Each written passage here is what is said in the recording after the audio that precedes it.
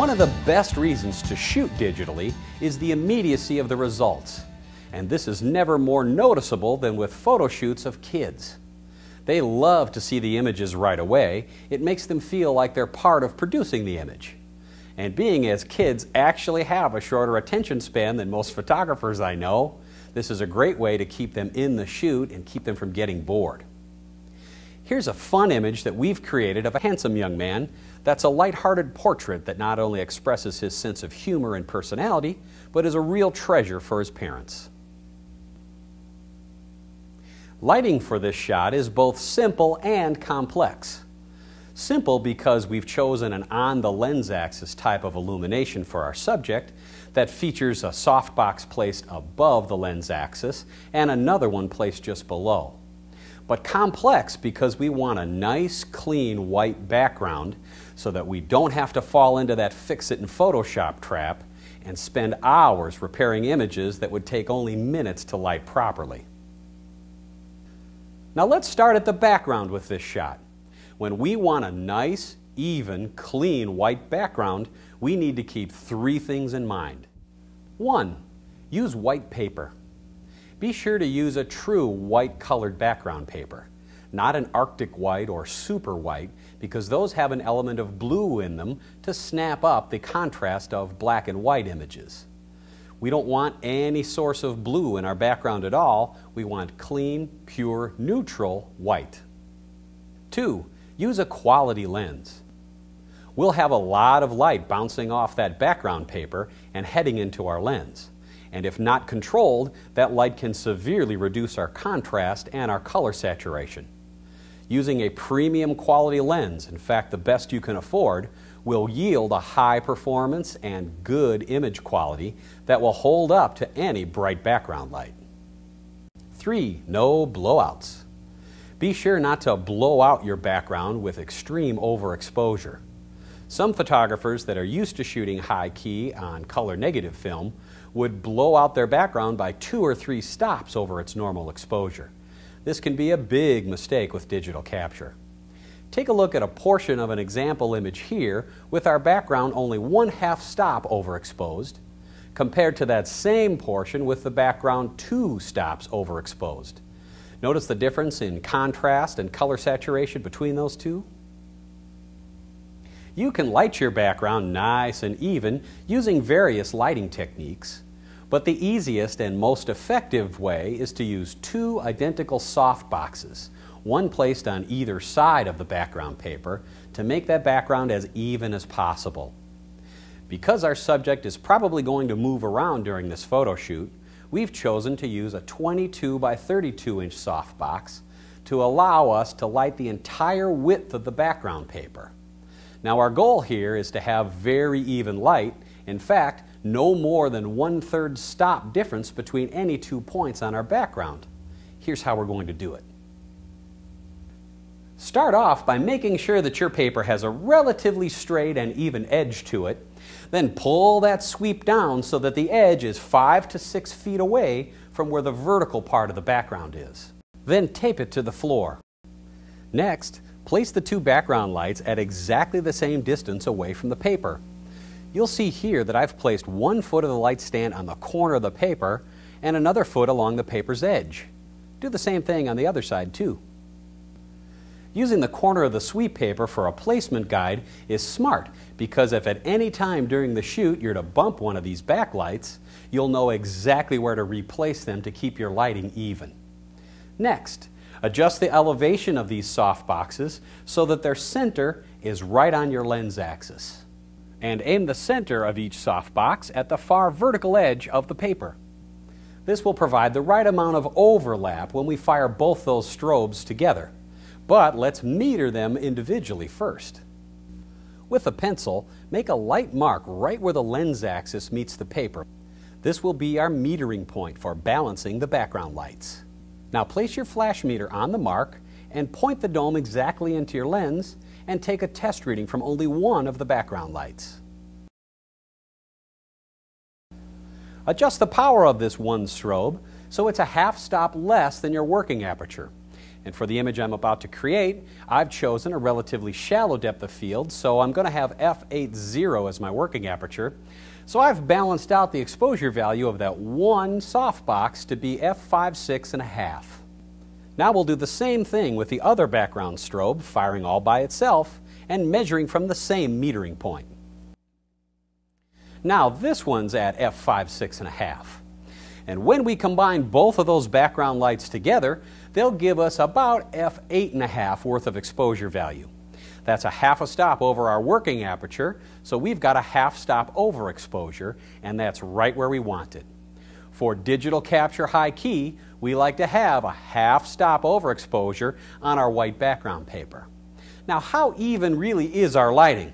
Well, we know that at our metering point with both strobes firing, we get f8.5. But what about on the edges and corners? Well, if we measure here at the top of our frame, we find out we're also at f8.5. And how about here down at the bottom? f8.6. We want to make sure that if you pick any 2 points on our background, you'll see there's no greater difference than about 1/3 of an f-stop. That's nice, even, high-key lighting. An easier way of measuring the evenness of your background illumination is with a spot meter. Now, when the dome of your incident meter measures f8.5 worth of light that's falling onto it, you can expect the light that's bouncing off of that white background paper to read somewhere around f22 when you measure it with your spot meter. Now, this does depend on the brand and type of background paper you're using, but it'll be somewhere around f22. Using your spot meter for this type of measurement is very easy. First, start on your lens axis and then point the spot meter at as many different sections as you like and compare the results. And if you discover that the outside edges of your background are now darker than the center of your background by more than 2/10 of an f-stop, you need to use a little feathering technique on those soft boxes in the back. And here's what to do. When your edges are darker than your center, take your left background light and feather it just a little bit to the left. And take your right background light and feather it a little bit to the right. That should give you the evenness that you're looking for. And remember, a little bit of feathering goes a long way in this kind of lighting. The opposite's true as well. If your edges are brighter than your center, then feather those soft boxes in the middle a little bit more. It'll work out for you with a little bit of practice. Being as we're about to photograph a busy and wiggly 8-year-old boy, we're going to do ourselves a favor and make a feet box on the studio floor so that our subject knows where to keep his feet in order to get a good picture. We are going to place the rear limit of the feet box about 9 feet away from the background and make it 3 feet wide and 1 foot deep. This will give our subject plenty of room for movement, and it'll also keep him on the background and properly illuminated by our main and fill light. We've chosen to use a small format digital SLR for this shoot, fitted with a mid-range zoom lens.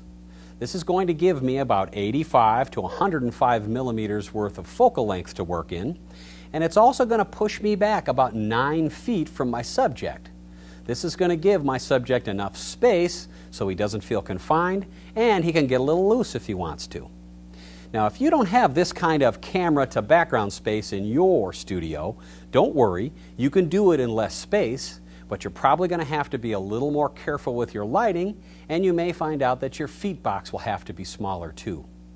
Camera elevation for this shot is right at our subject's eye line, so that we're right in on our subject's personality. Now let's put together an over-under lighting setup to provide a straight-on contemporary look.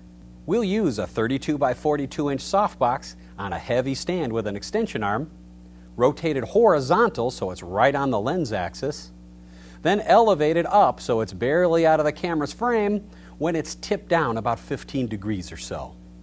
This light is placed only about 5 feet away from the center of the feet box. Next, for some fill light, we'll place a 22 by 32 inch softbox, also in its horizontal position and centered with the lens axis, just below the frame and tipped up about 15 degrees. Now, let's meter the main light all by itself so that we can adjust its power to equal our working aperture of f80. Then either shut off the main light or swing it out of the way so that we can measure just the fill light all by itself. Now, the fill light in this setup is going to have a value that's a half a stop less than our main light. So we're looking for f5, 6.5 out of our fill light. Next step is, of course, swing that main light back in or turn it back on so that we have f8 coming out of the main and f5, 6.5 coming out of the fill light. Together they're going to combine and give us somewhere around f8.5. Now, you know what we need to do. Reduce the power of the main and the fill equally so that we're right back to our working aperture of f80. This means that we'll have a really nice light quality, and it'll also allow our little dude to walk around anywhere inside that feet box and still be covered with some great light and be no more than 1/10 of an f-stop off of a dead-on exposure. As a quick review, we used two 22 by 32 inch softboxes to provide a very even illumination on our white background paper that disappears when we overexpose it by half of a stop. Then we made a feet box that's 3 feet wide by 1 foot deep and at least 8 feet away from the background for our subject to move around in during the shoot. And finally, we used a medium softbox above our lens for a main and a small size softbox below our lens for a fill, with the fill light being 1/2 stop less than our main light. And we end up with a series of fun and client-pleasing high-key portraits.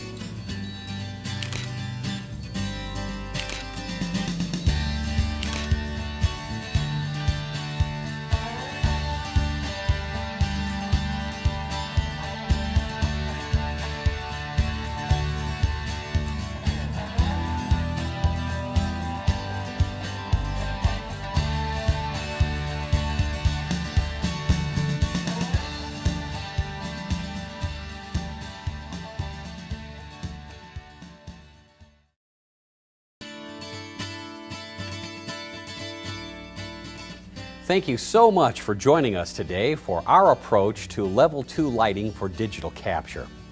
If some of the setups or some of the terminology we've used in this video still seem a little foreign to you, try going back and watching the video again. You'll be surprised how much more info you pick up the second time around. And if you need some reinforcements on the basics about digital portraiture lighting, make sure you check out our Digital Portraiture Basics DVD. And for more information on digital photography, we have our best-selling Pro Digital Basics DVD that covers topics you need to be comfortable with, like histograms, monitor calibration, and applying printer profiles. Other Shoot Smarter titles include our Color Controls DVD and Calibrating Your Flash Meter for incredibly accurate exposures. All of the current and future Will Crockett DVDs are available through your local authorized U.S. Mamiya dealer or online at shootsmarter.com. Thanks again, and we'll see you next time around.